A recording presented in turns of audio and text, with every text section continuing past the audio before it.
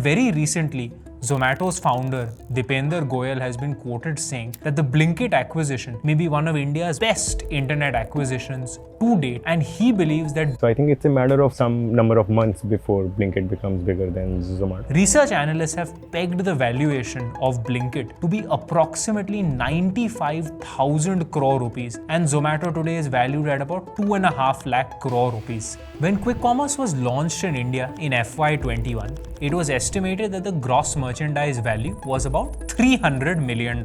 Today, the same GMV is estimated to be $3 billion, and quick commerce market size in India for the next 6 years is estimated to be $40 billion. If you look at any quick commerce application today, you will see categories that you couldn't have even imagined in your wildest dreams. You can get a PS5 on Blinkit, you can order Decathlon clothing on the Zepto application, and anything that you possibly require for your house today. And I've been wondering, why is it that quick commerce is only working in India? In the US, GoPuff has been laying off employees. In Europe, Turkey headquartered Getir has shut down all markets except for its core market, which is Turkey. But in India, Zepto has raised $665 million at a $3.6 billion valuation. There are clearly some ingredients that are allowing quick commerce to flourish in India. And when I went down this rabbit hole, I discovered a terrific report from the brokerage firm JM Financial, which explains the quick commerce opportunity in India, which answers exactly how much money does a delivery boy make, how much money does a dark store make,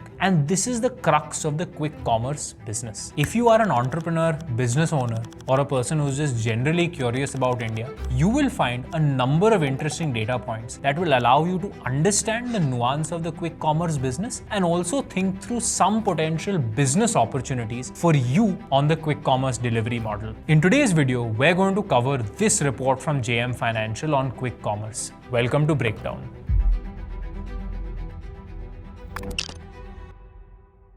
The JM Financial report on quick commerce has a fantastic opening statement which says, "It always seems impossible until it's done." And for me, quick commerce has a very special place in my mind because I was part of Y Combinator's Winter 21 cohort. And I remember that there was a company in my group which was called Kirana Cart. And someone I know very well had told me, if this Kirana thing can raise funding, then we are definitely at the top of the market. And if you've studied your history, you know that this Kirana thing, which was Kirana Cart, ended up raising a $40 million Series A, which is approximately 320 crores after our Y Combinator Winter 21 cohort. And that Kirana Cart is what you and I know as Zepto today.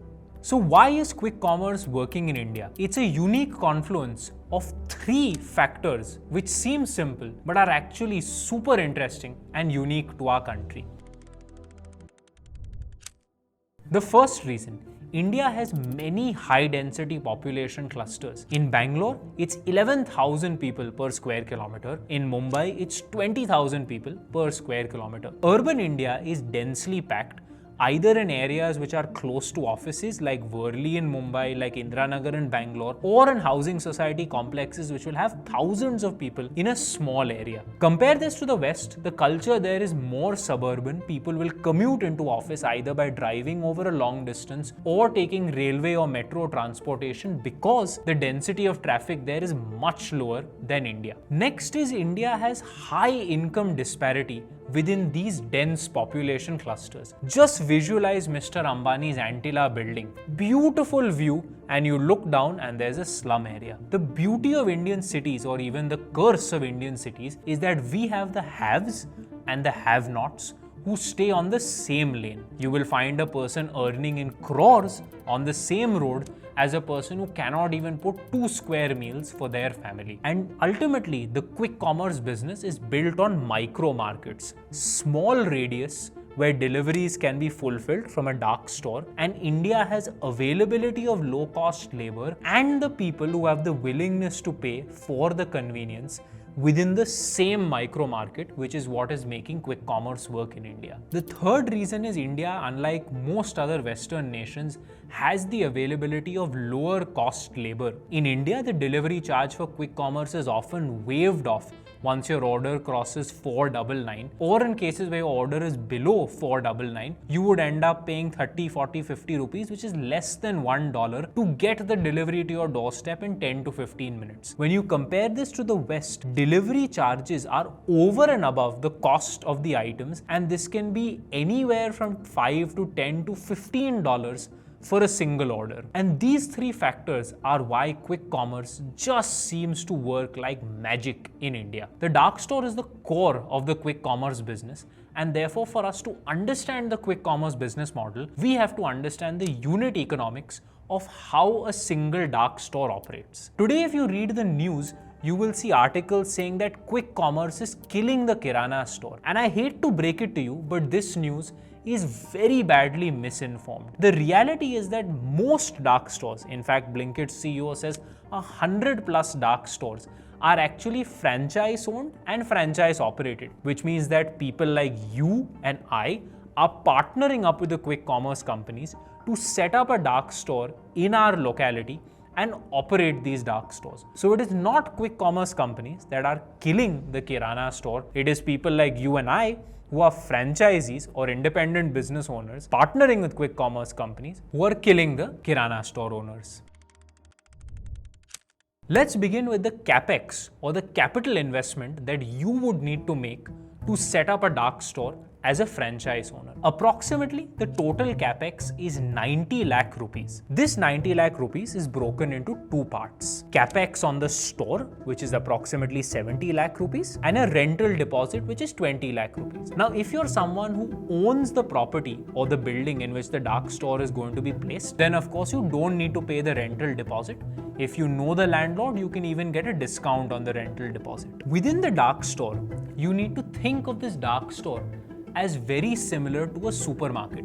A supermarket has shelves, racks of shelves, and it has aisle space for you to walk up and down the supermarket. The same way, a dark store has employees who walk up and down the dark store just like how you walk up and down the supermarket aisle. Therefore, one of the most important capex investments in the dark store are the shelves, are the racks where these goods and other products are going to be placed for the dark store employee to pick them up, pack them, and hand it over to the delivery boy at the counter. And therefore, this takes about 30 lakh rupees in capex. Next up is you might definitely order some form of ice cream, some form of meat, or some frozen products. Therefore, a dark store needs to have fridges, and also a dark store needs to have an inventory tagging and billing system, which is why it needs electronics as well. So electronics and fridges would come to an additional 10 lakh rupees. Finally, a dark store needs to have some inventory. This inventory, of course, rotates, and as per the team at JM Financials, the perishables, which is fresh fruits, meats, etc., are refilled at least once a day, and in some cases refilled multiple times a day. For non-perishables, there is usually a 4 to 5 day cycle of replenishment. So this inventory rotates, and a typical dark store carries about 30 lakh rupees worth of inventory. Now, what the JM Financial report misses in these capex calculations,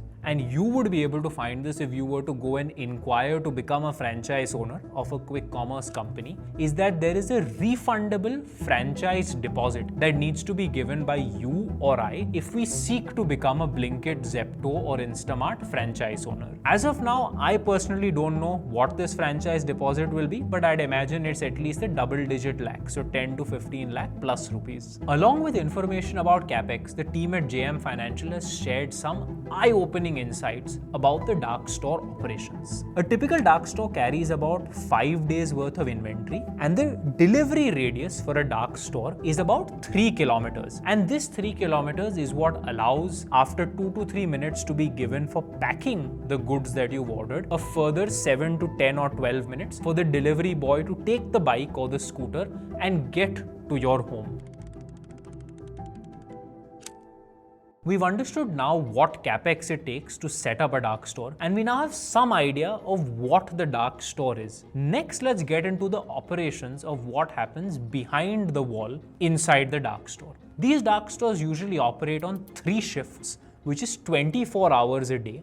And give or take, there are 8 workers per shift. The staff salaries would come to about 4.5 lakh rupees. The rent would come to about 3.5 lakh rupees for a place that is approximately 3,500 square feet on the ground floor. The utilities, which is water, electricity and other plumbing, would come to about 1.5 lakh rupees, and a typical dark store at scale would be able to service 1,400 orders a day. Therefore, if you compare the cost of running the dark store to the number of orders, this dark store cost works out to about 22 rupees per order from the dark store. And for those of you who are deep in the retail business, you would quickly recognize that the throughput, which is the volume of sales that these dark stores make, can be almost double or triple what a supermarket of the comparable size is able to do. And that's where the quick commerce business starts to make sense. It's a scale business.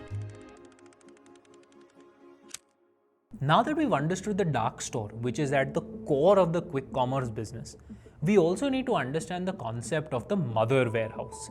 For those of you who have studied the logistics business, you would be familiar with the concept of the hub and the spoke model. In the logistics business, hub and spoke means that there is a central warehouse from which goods are sent to the spoke, which is close to the customer, and then goods are finally delivered to the customer. In the quick commerce business, while the dark store is FOFO, franchise owned and franchise operated, the mother warehouse or the hub is COCO, company owned and company operated. Let's now understand what is this mother warehouse. There's approximately one mother warehouse for 40 dark stores. And this means that every time a quick commerce company expands into a new city, not only do they have to pick a few dark stores and locations where there will be enough demand density, they need to also carefully select the location for the mother warehouse. So while a dark store is about 2.5 to 3,500 square feet, your mother warehouse is 1,75,000 square feet, and therefore it tends to be a little further away from the city center where you can get such a warehouse. As of today, this mother warehouse is primarily used to replenish or resupply the dark stores on a daily and multiple times per day basis. In the future, you can think of this mother warehouse as being the point where the quick commerce company is able to get the long tail SKUs delivered to your doorstep. There are certain high demand SKUs, products that you and I order frequently, which can be stocked in the dark store and delivered to you. But there are some items that are ordered infrequently, and these items can be kept at the mother warehouse, sent to the dark store, and finally to you, provided that you're willing to wait a little longer. I am already starting to see this because I tend to order the 20 liter or the 10 liter Bisleri tub, which takes about 25 to 30 minutes to come to my house. And I'm very sure that this is coming from another location to the dark store and then coming to my house. In the future, these mother warehouses can be used to store certain high value electronics which you and I may order very infrequently. Why would you want these electronics at a company owned, company operated site? Well, precisely because someone can pick up that iPhone 16 which is worth 50,000 rupees and disappear. Therefore, rather than keeping it at a franchise location, it would be safer to keep it at a company location and then have it delivered when the infrequent demand from the customer comes in. Therefore, this mother warehouse is not just a logistics supply point, it is also a place from where commerce will take place in the future. So we've now covered the dark store and the mother warehouse. The next crucial part of the quick commerce value chain is the delivery boy. This is the person who, whether it is 45 degrees in Delhi NCR or pouring very heavily in Mumbai, will show up at your doorstep with a big smile on their face. How much money do they make? Do they make money? This is a question that the JM Financial team has spent a lot of time on by sending their staff out to talk to the delivery partners who are based in Mumbai. In my personal experience, a lot of these delivery partners come from smaller cities. They are hired by labor contracting agencies who get contracts from quick commerce companies. Therefore, a lot of these delivery partners are not independent gig workers. They are actually employed by these labor agencies to go work for the quick commerce companies. But for them, Just like how the uniform of a security guard is a matter of pride for them, their purple, orange or yellow outfit is genuinely a matter of pride for them, because they go back home and tell their family that they have a job with this company that is well known and recognized. Another important thing to remember is that not all delivery partners have a bike. Some of them have an electric scooter, some of them even use a bicycle. And this is what JM Financial has found out about delivery partner earnings. Broadly speaking, if the delivery partner were to work for 7 days in a week for 10 hours a day and deliver on average 1 order every 30 minutes, which is 2 deliveries an hour, they would end up making approximately 4,000 rupees as net earnings in 7 days. And if we assume that they work 28 days in the month, this means that they could be earning anywhere from 16,000 to 20,000 rupees. Now, the JM Financial team has not accounted for tips that people like you and I might provide over and above the amount that we are paying to the quick commerce company as the order value. And therefore, a typical earnings can be much higher or this figure. Let's take the example of the delivery boy who's using a motorcycle. They're able to work 10 hours a day and it takes them approximately 30 minutes to deliver an order, which means they're doing approximately 2 deliveries an hour, and ballpark they are covering 5 kilometers in a delivery. Remember that in a delivery, there is from the quick commerce dark store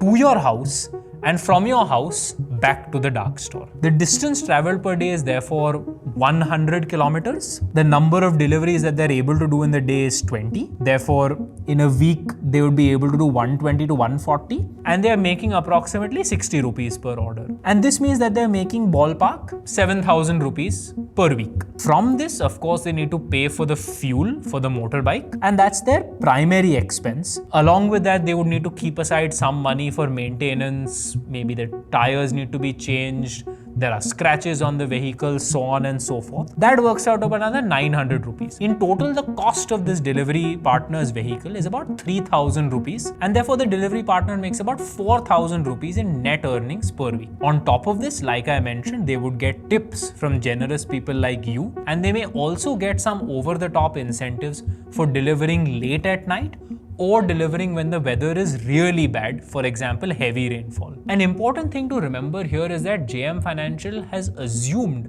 that the delivery partner is working 10 hours a day, 6 to 7 days a week. A lot of the quick commerce workers may not be working quote unquote full time the way the JM Financial team has projected it.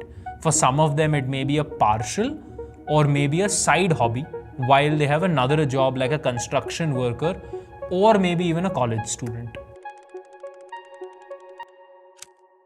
Now that you've understood the unit economics of the dark store, the concept of the mother warehouse, and the unit economics of the delivery boy, the next step for us is to understand the profit equation of a quick commerce company. The profit equation for quick commerce is super simple. Profit is revenue minus cost. What is revenue? Revenue is gross merchandise value, GMV. GMV is AOV multiplied by frequency. Let's come to fees. What does fees mean? You must have definitely seen a platform or a convenience fee which you are now paying, some 2 rupees, 3 rupees, 5 rupees, 6 rupees. And along with that, there are fees being paid by brands or companies that sell their products through the quick commerce channel. The JM Financial team actually explains this when they have covered that 2 years back, the average order value was approximately 200 to 300 rupees. Today it is approximately 400 to 500 rupees, and it varies across different quick commerce companies. At the same time, advertisement income, which 2 years back was pretty much non-existent, it was sub 1%, is today going 2 to 3 to 4%. So clearly quick commerce revenue is on the rise. What about cost now? Cost is wastage plus delivery cost plus warehouse cost. Warehouse cost is something that we had covered in the previous part of this video. Delivery cost, pretty obvious to us, and wastage. It's pretty simple that as the quick commerce business scales, they get more data which allows them to forecast inventory better. Therefore, with scale, wastage comes down. Therefore, quick commerce companies are on the path to profitability. In Q3 FY23, Blinkit's adjusted loss was about 326 crore rupees. This figure exactly a year later in Q3 FY24 came down to an 89 crore loss. And in the most recent quarter, which is Q1 FY25, Blinkit reported an adjusted loss of 3 crore rupees. Clearly, this path to profitability is working out with scale and with demand side optimizations. In fact, it's not Blinkit alone that is selling this picture of profit. Even Zepto and Zepto's founder Adit said in a social media post that they saw a 44% improvement in quarterly EBITDA in calendar year 2023, and he believes that in the next 36 months they will be at company level break even. Let's just quickly go over a few of the levers that these quick commerce companies are using to improve their revenue and reduce their costs. From the obvious to the non-obvious. The obvious ones, we've obviously covered platform fees, we've covered ads, we've covered category expansion, electronics, fashion, home and furniture. They also now have loyalty programs. Swiggy One is a great example. Zepto Pass in the first few months of launch scaled up to 50 lakh people with the pass. Of course, the pass was given free to some of us, but now quite a lot of us are even paying for the Zepto Pass. If you go back in history, Amazon's Prime program, which was a subscription program, built the frequency and the habit formation to continue the ordering. And I personally believe that the same behavior of habit formation and the category expansion will continue to drive spends from e-commerce to quick commerce. Next, let's come to some non-obvious levers that the quick commerce companies are pressing very hard on. Financial services. I'm sure if you've used the Swiggy application to place a food order or an Instamart order, you have seen them promoting their co-branded credit card with HDFC that offers you up to 10% cashback. Financial services is a great way for these quick commerce companies to generate revenue. And it's only a matter of time that the quick commerce companies, like their food delivery peers, will end up offering working capital, loans and advances not only to their franchise partners but also to their delivery partners. The next one is honestly going to surprise you, and I'll take you back to when you were a child. I'm sure your parents once a month would go and buy that 25 kg basmati rice, 10 kilos of dal, 10 kilos of oil and lug it back home. This behavior is called the stock up purchase, and so far quick commerce has not been able to break into the stock up purchase. It is targeting the top-up purchase. What is a top-up purchase? Think about perishable food commodities like eggs, like milk, like bread, which you need to order on a regular basis, perhaps even more than once per day. But now, as per news coverage from the Economic Times, these quick commerce companies are actually partnering with the brands to offer larger size stock keeping units, SKUs, through the quick commerce channel. They are figuring out how their delivery fleet will now get you a 20 kilo basmati rice, a 10 kilo basmati rice, with the explicit goal of now getting you to move your top-up purchases to the quick commerce channel as well. And you will be surprised to note that as per the NIQ Shopper Trends 2024, 31% of urban Indians are now actually using quick commerce for their primary grocery shopping. Along with this, there is a possibility that quick commerce companies may launch private label. Private label just means that they have their own branded products which will be sold through their own quick commerce channel. Zepto Meat is one example of this. Perhaps Licious will now face some competition. And finally, quick commerce companies are launching entirely new categories. For example, Blinkit has partnered with the sports brand Decathlon to offer clothing through their channel, and Zepto has gone and launched food as a category through their own brand called Zepto Cafe, which is delivering chai, samosa and other snacks to your doorstep in about 10 to 15 minutes. Therefore, this combination of category expansion, wallet share capture and financial services is what is going to continue to drive the gross merchandise value of quick commerce.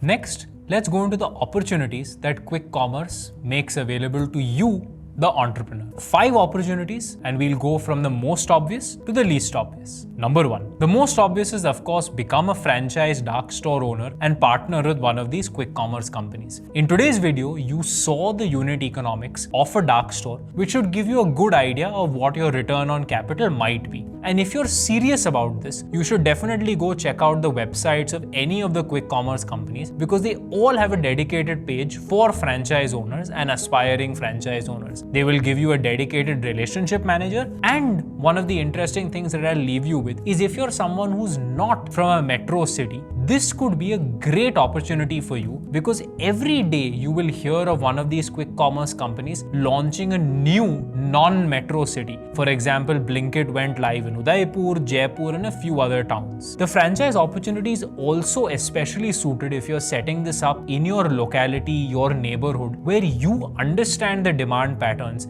Opportunity number 2, which is to run a manpower or a fleet business that caters to these quick commerce companies. Now, this opportunity is suited to a specific type of entrepreneur who has deep inroads in small town India, and you are able to source labor that is aspirational, that wants to move to a metro city, because the quick commerce delivery boy job is not an easy job. The number one problem with this business is going to be that there is high attrition, which is that the quick commerce delivery boys may leave after 3 to 6 months. But if you can solve this, this is a short path to building a profitable company that will scale over time because you will grow as the quick commerce volumes in India grow. Let's come to opportunity number 3. This is for those of you who have keen consumer insights or some background in consumer products or brands, especially in the food and beverage category. And this is create a quick commerce native consumer brand. A great example of this is the ice cream brand called Go Zero. Go Zero has seen approximately 700% growth in volume in the last 1 year on the quick commerce channel, and their FY24 numbers were almost 4x the sales in FY23. There is one thing which you should remember. If you're looking to build a quick commerce native brand, it should be a product that is an impulse buy and which provides immediate gratification. It has to be a small size or a single meal consumption. For example, the Go Zero ice cream comes in a small tub. It has to be easy to transport. So if you are someone who has dealt with consumer products before, you're good at performance marketing, you have a sharp insight on consumer demand, building a quick commerce native consumer brand could be a great opportunity for you. It's just that once you crack the quick commerce channel, you will very quickly need to diversify to other channels so that your business does not have a concentration risk. The fourth opportunity is to do quick commerce for fashion. And this is an opportunity that is already being attacked by the incumbents. For example, Myntra, who has now launched 4-hour delivery for certain outfits. And it is also being attacked by insurgents on new companies that have raised venture capital. The most recently announced one is a company called Slick that has raised 2.4 crore from Untitled Ventures and Better Capital. If you're someone who has a good grasp of fashion and logistics, then this is a business opportunity that could make big money for you. But there are a number of risks in this business. The first risk is that the incumbents in the fashion space like Myntra, like I said, are attacking the opportunity. But even incumbents in quick commerce like Zepto have already begun partnering with fashion brands. So my big question here is, just like how Myntra got acquired by Flipkart, will this end up being a consolidation business? If you believe otherwise, then some of the questions that you need to think through is what sort of outfits or fashion items would be required in 30 minutes or less? What is the context in which these items will be required? Why would these items work on an independent platform versus the traditional Zepto or Blinkit platforms? How are you going to cater to returns? How are you going to make money? These are some of the questions which you should spend a lot of time on if you're going to pursue the quick commerce for fashion opportunity. And finally, option number 5, quick commerce for food. Quick commerce for food caters to a genuine problem statement, and it has been attempted in the past. In 2022, Zomato had shut down its instant product. In 2023, Swiggy shut down its Insta Cafe product. But Zepto continues to power forward with its Zepto Cafe offering. There are also new companies that are trying quick commerce for food. You have Swish, which is based in Bangalore, which has recently raised a large amount of money to power 10-minute food deliveries, beginning with the HSR layout area. And a slightly older business in this space which delivers healthy food is Protein Chef. I am almost a weekly active orderer from Protein Chef, and in the last few months they've gone from doing 25-minute food deliveries on Swiggy to 15 minutes or less food delivery. The opportunity is large. The risk with this business is that consumers tend to be very fickle with their menu choices. You will have to constantly refresh your menu. Another point that I want to highlight is that while a quick commerce dark store can cater to a slightly broader radius because it only only needs to pack items. In quick commerce for food, you need to prepare the food, pack the food, and then deliver it. And therefore, the delivery radius for a food outlet is much smaller than the delivery radius for a dark store. And the capex involved here is truly massive. If you want to understand this, you should go check out a business called Rebel Foods, which powers brands like Fasos. And for the most recent financial year, Rebel Foods crossed 1,400 crores of revenue. But after 10 years of operations, it is still in loss, generating about 600 crores of loss. Quick commerce for food is a big opportunity. And for those of you who are going to focus on this, I would really encourage you to think through items in your menu that you can deliver in 10 to 15 minutes, items that are healthy and not too unhealthy, items that customers would like, and what is a long list of menu items that you can cycle through over time. That's all for today's breakdown. I hope you enjoyed it. If you want to learn more about quick commerce, I would encourage you to go read the JM Financial Report. You will get a lot many more insights about the quick commerce business. Thank you, and until next time.